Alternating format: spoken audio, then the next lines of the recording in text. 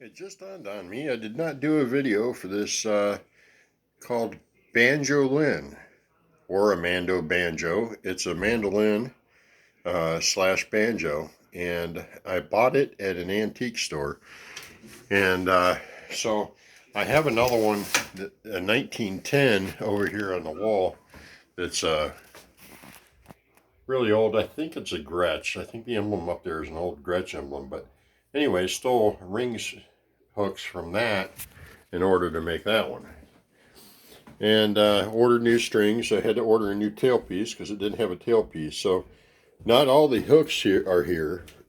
I am missing a few hooks, but right now it does play now. The flames in there is just a welder's cap behind there to keep it quiet down a little bit. But yeah, it's bird's eye maple. I think I paid 35 bucks for it. That hook's a little crooked, but I don't really care at this point right now. But for the purpose of the video, there it is. It says expert. So it's a pretty cool banjolin. I like it. It sounds kind of twangy, but with the cap in there, it deadens it. I will not put you through the pain of hearing me play. I mean, I can play a little bit, and I really right now don't have a place to sit down and play. But so I was missing the tailpiece on this thing, and also the bridge was from the other banjolin, and so I stole the bridge from the other parts, and I did sand it down here.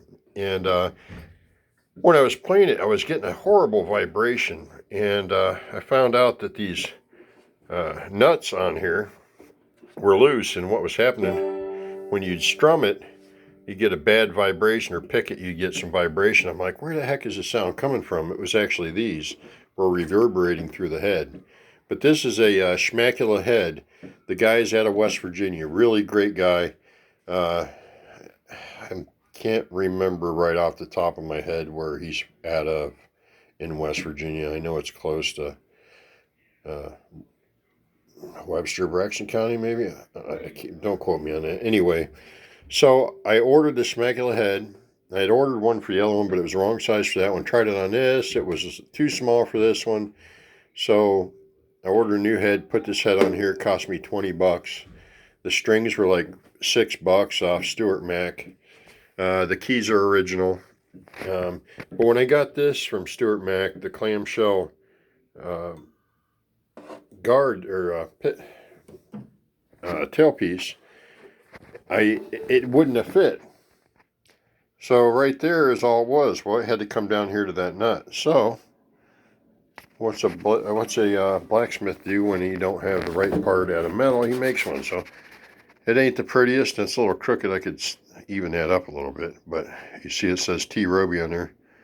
Yep, I forged it. And that first hole I drilled was a little too high.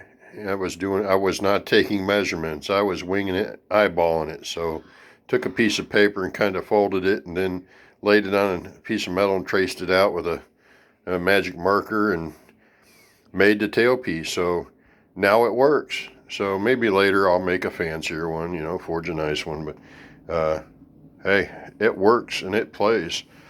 The bridge I made, I'm losing my grip here. The bridge I made from camel bone. With my knives, I had a piece of camel bone, and camel bone has any bone that you can use for a bridge or not up here. Better instrument sounds, that's what they say. So I used a piece of camel bone. I did sand down the bridge so that I would get a really nice tight fit with the strings and the frets. It's just barely over that fret, if you can see that.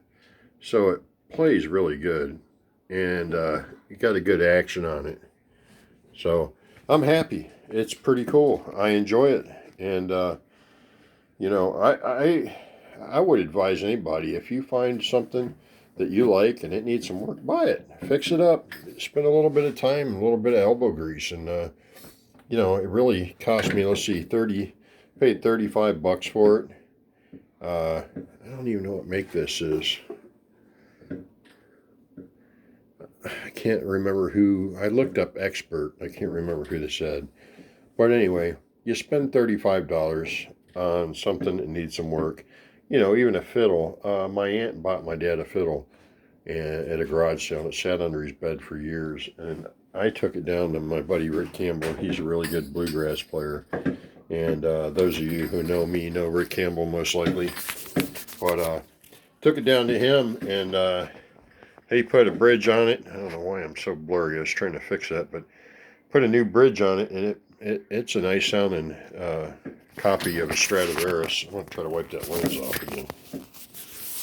The heck? There we go. That's better. A little better. But, so this other Gretsch, I think I paid way too much for that one.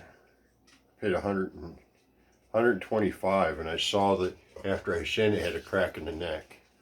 Now, talking to Rick and looking at it myself, I think it'll hold together if I glue down a fretboard. But I'll have to make a fretboard, slot it, get new keys for it because the keys are pretty much shot. I don't know if it might just be a wall hanger. You know, it looks old and ancient, so I think I might leave it. But there's my mandolin. I put a new strap on it last night just with some scrap leather I had so I could play it. But anyway, as far as this, I got sidetracked. This is 35 bucks. I paid $5-6 for the Diodero, I think bronze, I think they are. So 15 bucks for the tailpiece. Nothing in the tailpiece I made, except a little bit of propane. And I stole the hooks off the other parts banjo. So, you know, I got 50-60 bucks in the thing. And just a little bit of sweat and tears. And right now, I'm sure I could sell it for 150 bucks, even missing a couple of hoop rings. But, you know, they made these in the early 1900s, and they're a cool little sounding little Banjolin. But if you're interested in finding one, just look up Banjolin or Mando Banjo, or even some people put them under just mandolin. But yeah, anyway, I wanted to post that video of the Banjolin. I was kind of proud of that thing, and I got it fixed up and working good. Watch for more YouTube videos. Maybe I'll actually play it and show you a few songs I know, and keep your eyes out. You never know what I might post next.